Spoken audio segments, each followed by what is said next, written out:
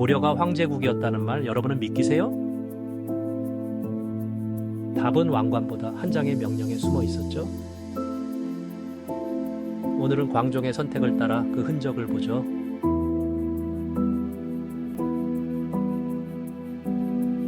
광종은 왕건의 아들로 왕위에 올랐는데요. 그가 받은 나라는 호족의 힘이 너무 컸죠. 왕실 혼인도 지방 세력과 얽혀 있었고요. 왕이 명령해도 모두가 바로 따르진 않았죠. 그래서 광종은 나라의 규칙부터 바꾸려 했죠.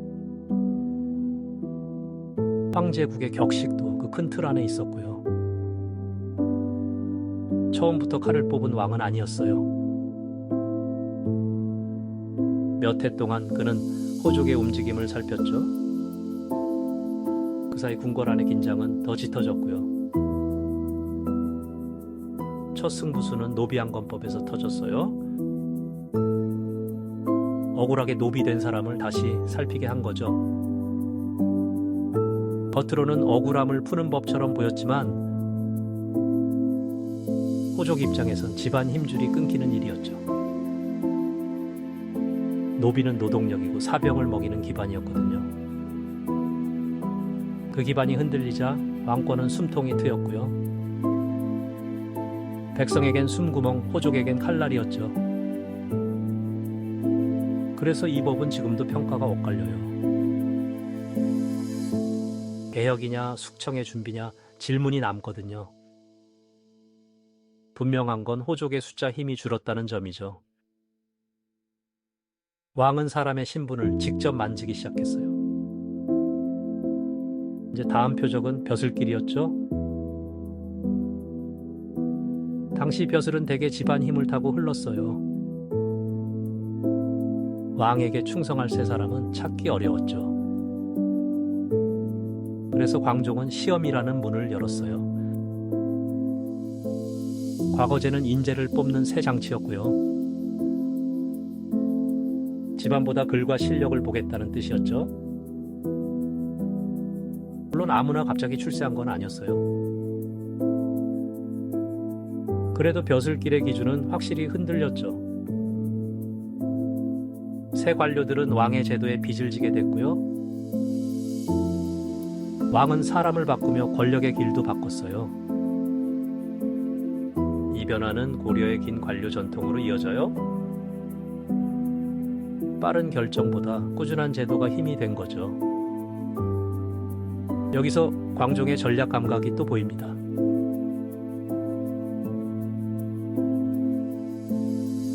시험 하나가 호족의 세습문을 흔들었어요. 낡은 집안 이름만으론 부족해진 순간이죠. 과거제는 조선보다 훨씬 앞서 고려에 있었어요. 이건 우리 제도사의 꽤 이른 출발점이었고요. 물론 중국 제도를 참고한 건 사실이에요. 하지만 고려는 그걸 자기 정치에 맞게 썼죠. 베끼기보다 필요한 칼을 고른 셈이에요. 글로 사람을 뽑는 일은 칼보다 오래 갔죠. 왕권은 이제 혈통 말고 제도로도 서기 시작해요.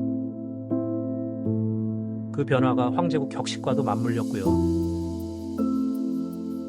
강한 국가는 의식과 인사에서 같이 만들어졌죠.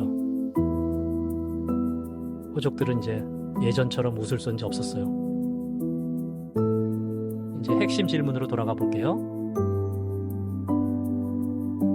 고려는 정말 스스로를 황제국처럼 보았을까요? 단서는 왕의 이름보다 쓰임말에 남아 있어요. 광종 때 고려는 독자 연호를 사용했거든요. 연호는 시간을 누가 정하느냐의 문제예요. 남의 시간을 빌리지 않겠다는 신호였죠. 동아시아에서 연호는 황제의 권한에 가까웠어요. 그러니 고려의 선택은 꽤 대담한 행동이었죠. 왕을 황제라 부른 흔적도 함께 보이고요.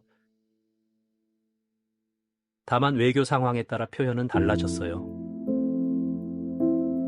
밖에선 조심하고 안에선 당당했던 셈이죠. 이 균형감이 고려 정치의 묘한 힘이었어요. 그런데 왜 이런 흔적은 낯설게 느껴질까요? 우리는 왕조 이름보다 조선 기억에 더 익숙하죠. 하지만 고려는 자기 세계를 꽤 넓게 그렸어요.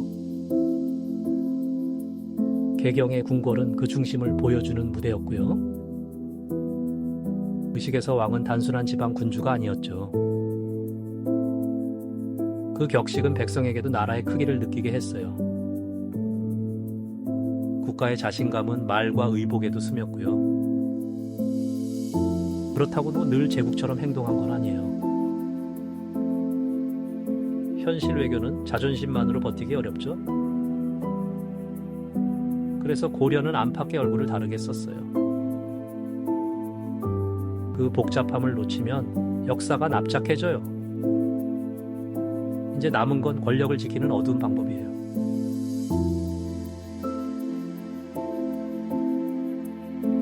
개혁은 박수만으로 굴러가지 않았어요. 호족들은 잃은 힘을 다시 찾고 싶어 했죠. 왕도 그 시선을 모를 리 없었고요. 시간이 흐르며 광종의 얼굴은 더 차가워졌어요. 충성의 기준은 높아지고 의심도 깊어졌죠. 결국 대숙청이 조정의 공기를 바꿔버려요. 기록은 광종의 후반을 무섭게 전해요. 그는 반대 세력을 봐주지 않는 쪽을 택했죠. 개혁의 그림자에 두려움이 같이 붙었어요. 그래서 광종은 영웅과 폭군 사이에 서 있어요. 한쪽만 보면 이 시대를 제대로 못 봐요. 강한 왕권은 때로 거친 값을 요구했거든요. 광종의 무서움은 계산된 침묵에서 시작됐어요. 그는 먼저 법을 세우고 사람을 갈랐죠. 왕에게 붙은 사람과 멀어진 사람이 나뉘었어요. 그 다음엔 의심의 그물이 촘촘해졌고요. 호족의 사병과 제사는 왕의 눈에 위험했죠. 그 위험을 없애려다 피할 수 없는 공포가 생겼어요. 광종은 나라를 세웠지만 마음까지 얻진 못했죠. 그래서 그의 개혁은 빛과 그림자가 선명해요. 노비안 건법도 과거제도 같은 선 위에 있어요. 사람을 풀어주고 동시에 권력을 묶은 거죠. 이 복잡함이 광종을 쉽게 판단 못하게 해요. 하지만 고려를 바꾼 왕이었다는 건 분명해요. 그가 만든 틀은 다음 왕들에게도 남았어요. 호족 중심의 질서는 예전 같지 않았고요. 왕실은 제도라는 기둥을 더 세울 수 있었죠. 황제국 격식도 그 자신감 위에서 자랐어요. 고려는 작게 숨지 않고 스스로의 격을 세웠죠. 이건 과장이 아니라 남은 흔적의 이야기예요. 연호, 의식, 관료제가 서로 맞물렸거든요. 그 중심에는 결국 광종의 결단이 있었어요. 그 결단은 자부심과 불편함을 함께 남겼죠. 역사는 그래서 단순한 칭찬으로 끝나지 않아요. 사실을 놓고 무엇이 옳았는지 물어야도 하죠.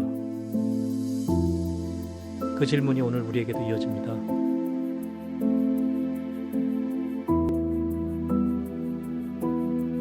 고려가 황제국이었다는 말은 허세가 아니에요.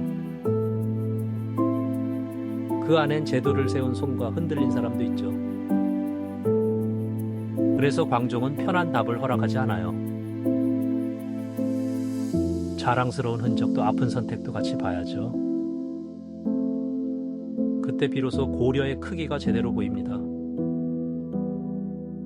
역사는 현재의 거울이라고 합니다. 사실을 바로 알고 스스로 판단해야 하죠. 옳고 그름은 남이 대신 정해주지 않거든요. 광종의 고려도 그런 질문을 우리에게 던져요. 힘 있는 나라를 만들 때 무엇을 지켜야 할까요? 그 답을 찾는 일이 역사 공부의 이유겠죠. 고려의 황제국 흔적은 그렇게 우리를 비춥니다.